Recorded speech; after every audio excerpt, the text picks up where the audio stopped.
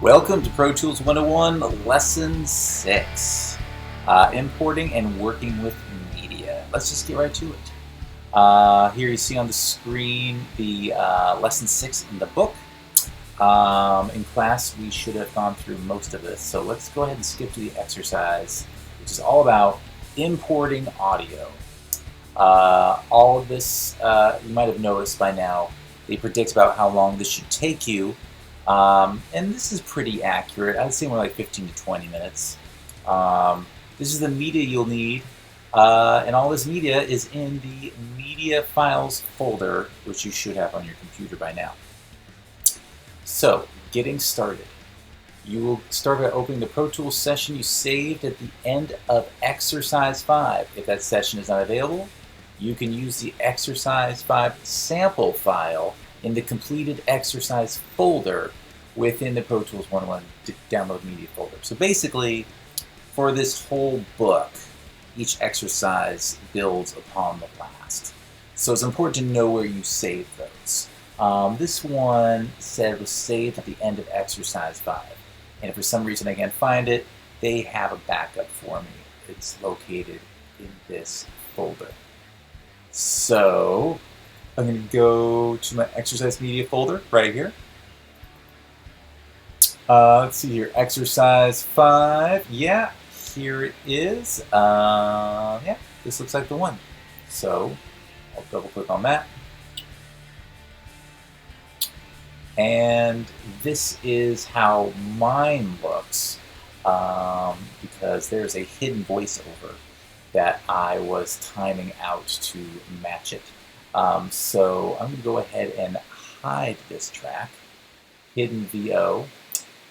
You can also hide it right here. Now, if you don't see this on your computer, that's fine. When I was doing exercise 5 myself, I saw that there was a hidden track which they put in there for you to listen to as a guide, and I just made it active. And you do that by clicking on the track in the tracks window, right-click, and then you would say, well, right now it's showing. Before it was like that. So you could always click on it and hit show. However, I am going to keep it hidden and make it inactive, which means it will not play like it does not exist, but it will not delete it. It just italicizes it to let you know, hey, it's still here, it's just not working for now. Okay, so this is what it sounds like now. Hey, what's up, everybody? Summer's here and it's time for some fun in the sun. But don't hit the dunes unprepared. Spicoli's Surf Shop has the coolest beach gear so you don't get baked by the sun. Yeah, there you go. All right, remember this last time I was playing around, so I'll go ahead and get rid of that. Okay. Let's see what they say to do. Okay. First of all, it says file save as and name it exercise 6 - your initials, keeping the session inside the original session folder. Very important. So let's go ahead and do that. Let's go back to the Pro Tools program. There it is. File save as. Okay, there it is. I'm in this folder. I'm going to name it exercise 6 KT. Boom. There it is, and it says so right there at the top. Okay. So, choose File, Import Audio, and navigate to the Exercise Media folder from your downloaded files. Okay. And then they want us to select the following audio files by command clicking, which is selecting out of a group of files. Drums and guitar. So, File, Import Audio. File, Import Audio. Okay, so we might have remembered this from before in class. So what we want to do is navigate to the Pro Tools 101 Exercise Media folder. Actually, I'll look at it by alphabetical, and there it is. Open it up. Open it up. There we go. Okay, it says it is in the Exercise Media folder, and we want drums and if you hit Command click on a Mac or Control click on a PC, you will select multiple files at once. And you might have noticed that the files I select end up right here. These are the files I have selected. So now I have a choice of adding them or copying them. So give you a second to think about what the difference between adding and copying is. Okay. So when Pro Tools, this all goes back to sample rate and bit depth. If your session is set to a certain sample rate and a certain bit depth, and you're importing files that are the same sample rate and bit depth, Pro Tools gives you the option to just add them or to copy them. If you add them, this is the one and only instance when you bring audio files into Pro Tools where the files do not copy to the audio files folder. See, Pro Tools gives you the option when the files you're bringing in have the same sample rate and bit depth as your session, which these do. It says, hey, do you want to copy these to your audio files folder, or just want to just keep one copy of them on your computer wherever they are, and whenever you open up Pro Tools, we'll just link to them. I am never a fan of using add, because what that means is if I use add, it will not copy it into my audio files folder. So if I go to a different computer and I bring the session folder with me, and all the files that I added will not come with because they'll be somewhere else on my computer because they were not copied into the audio files folder. So whenever you bring in files, you always want to make sure they are copied into your audio files folder. When they're the same sample rate and bit depth as your session, you need to make that choice, adding or copying. Always choose copy in order to do that.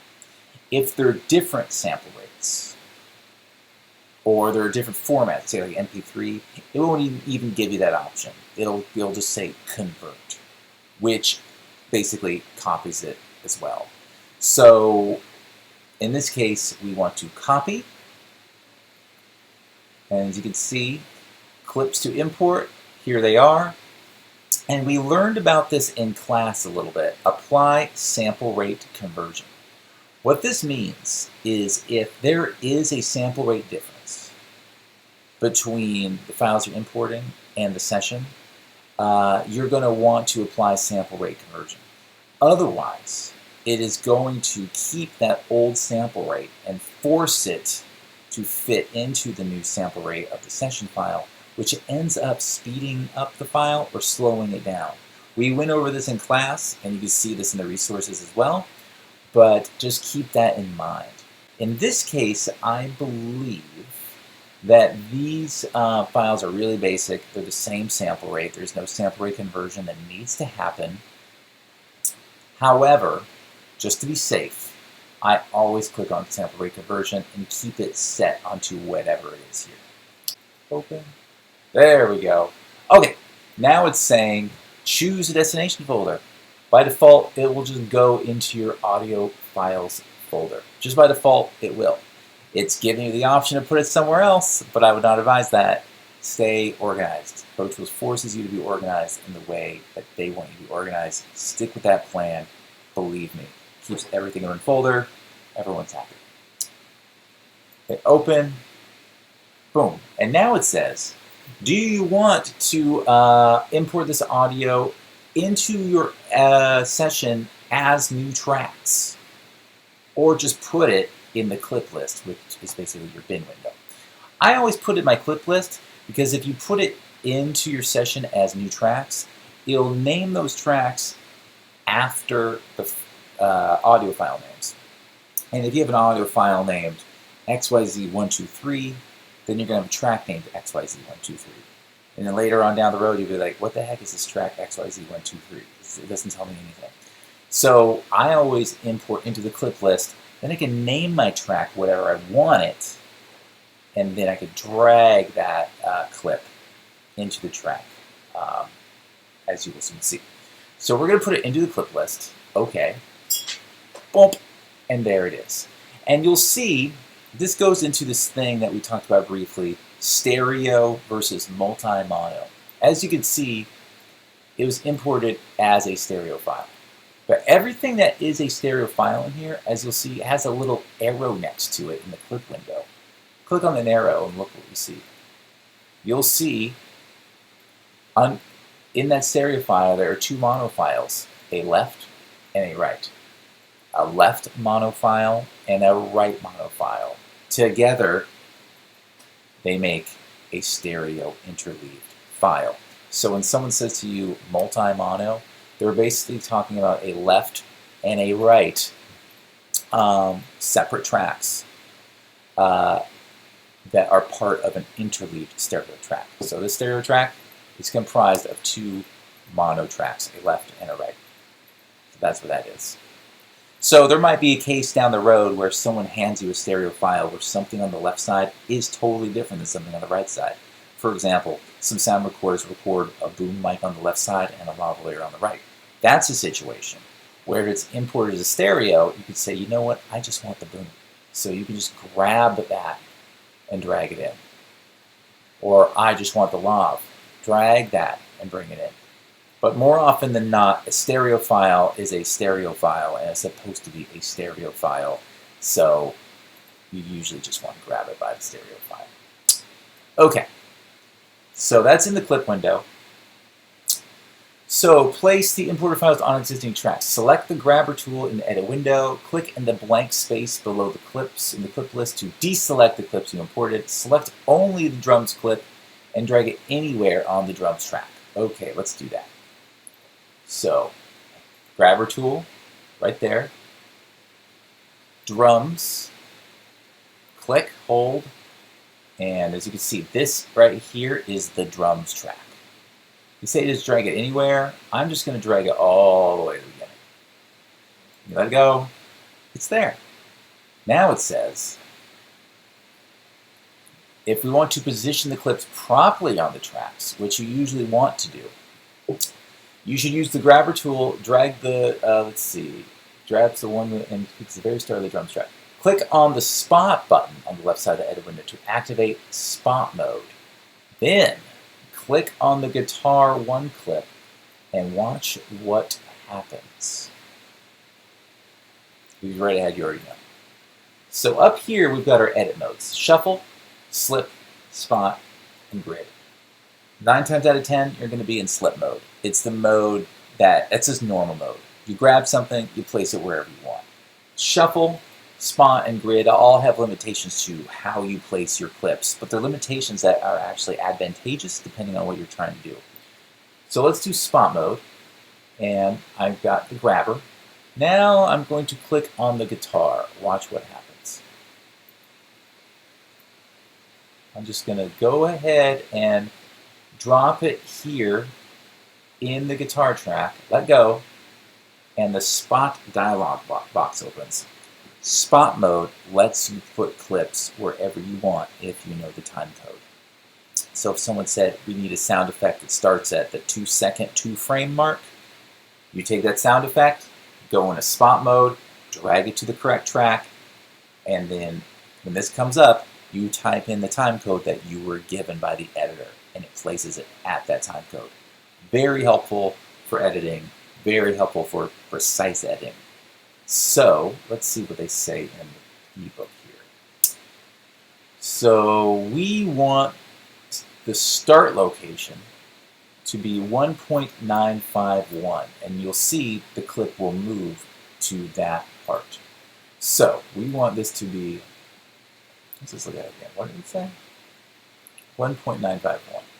And we want it to be on minutes and seconds. As you can see, we are on time code. We learned about this before. We can view time as in multiple ways in Pro Tools. And we can view it in 2 different ways at once, through the counter and the sub-counter. So we want minutes and seconds in this case. So right now, if I just dropped it, it would be at the 4.6 second mark. But the notes say it needs to be at the 1.951 second mark. You hit OK, watch. Boom. is right there. And it even says right there, 1.951. Whatever clip is selected in the timeline, you'll see the time code and the start time of the first frame. So when I click on this one,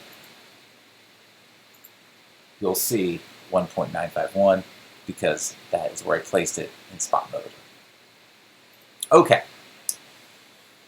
So let's save our work in progress, always wise, but remember Pro Tools by default does save things every 5 minutes, and if you go to your session folder, you've got your auto-save backup, so you'll be fine. So import audio into the tracks. Let's import some additional files, place them directly onto new audio tracks. You will then rename the audio tracks with descriptive names. So with Guitar 1 clip still selected, choose File, Import Audio, and again navigate to the exercise folder and select these guys right there. And we want to copy them. So, bass, beach, and fire. Guitar still selected, File, Import Audio, bass, beach, and fire. And we want to copy them. And let's see what the next step was. Click Done and proceed. We want to save in the audio files folder, and we will choose the option New Track.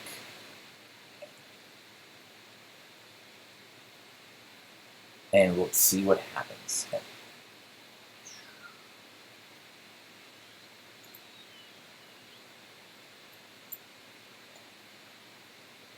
Audio files folder, new track, location, session start, selection, or spot.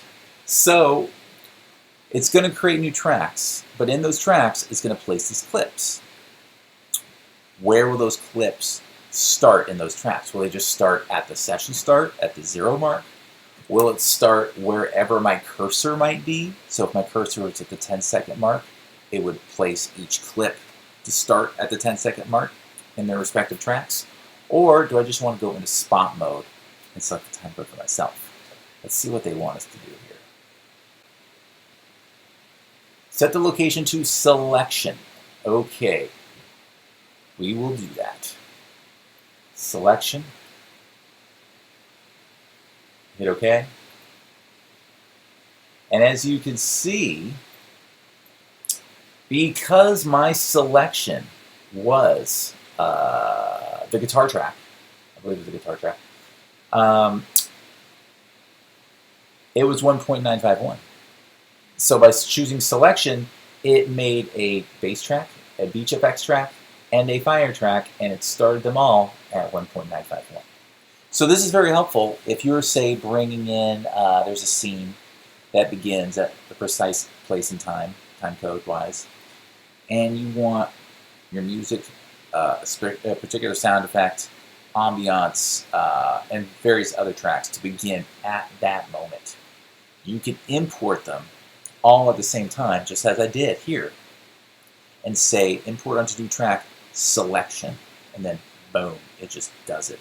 And so the advantage of that is they're already where I want them to be. And all I have to do is rename the nameplates for these tracks. Pretty efficient. So, what does it say to do here? Double click on bass 2 and name it bass. Double click on beach effects and name it just beach effects. And let's see here. Make sure fire effects is called fire effects, and we're going to mute it. So, double click on bass, and we're just going to take out the O2. Double click on beach effects, take out the O1.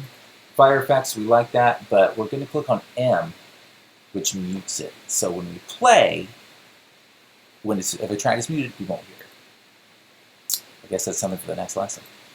Okay. Double click on the zoomer tool icon in the edit window to fit the entire session timeline within the edit window display and reactivate the grabber. So double click on the zoomer tool icon. So this is a little trick that's pretty cool. If you're zoomed in like this and you're like, what's going on?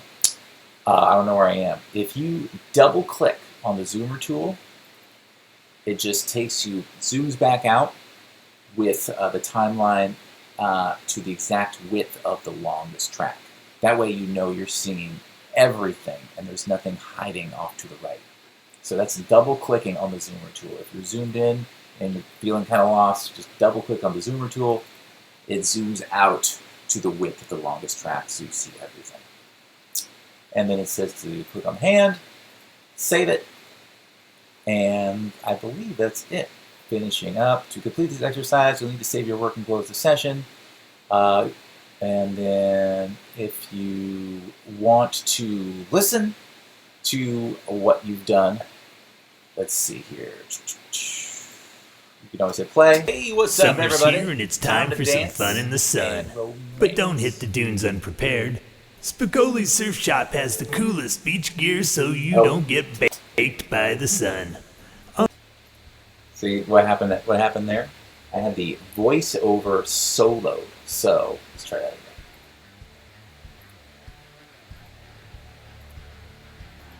again. Everybody, here and it's time for some fun in the sun. But don't hit the dunes unprepared.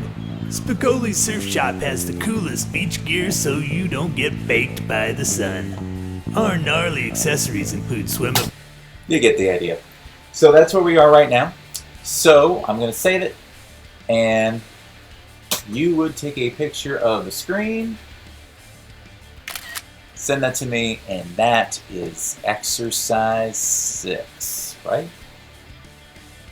Yes, exercise 6.